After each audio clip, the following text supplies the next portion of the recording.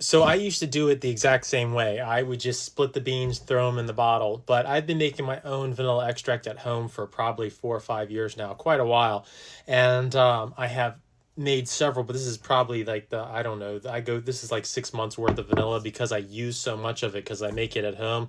So I probably make a couple of these a year.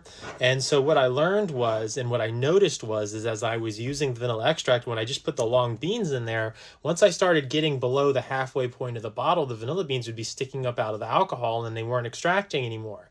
And so for the last few months I was using it, it just wasn't continuing to extract anything that was above the alcohol. So that's when I decided to just start cutting them up about an inch or so long, and they settle at the bottom.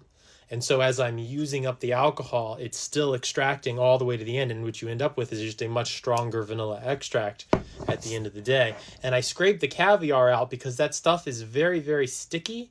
And I noticed that when I was pulling the old vanilla beans out of my extract, a lot of that caviar was still up inside of the pods, and that's not what I want. I want the vanilla caviar in my extract. That's my preference. But if you don't want it there, just split the beans and they won't come out as much. But anyway, so this is my extract.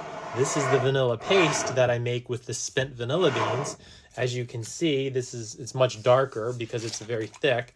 I can actually go like this and nothing comes out because it is vanilla paste. It's very thick and it smells wonderful. Anyway, that's why I cut them up. That's why I scrape the caviar out. It takes a lot longer, but I think it makes a better product. If you would like to get some vanilla beans for yourself to try out making either vanilla extract or vanilla paste at home, you can get some at the link here. It's way cheaper to get them here on TikTok than try to buy them at the store. You're going to pay a fortune for 2 or 3 vanilla beans at the store. You can get them by the quarter pound or half pound or even a whole pound of them right here if you want a ton of them.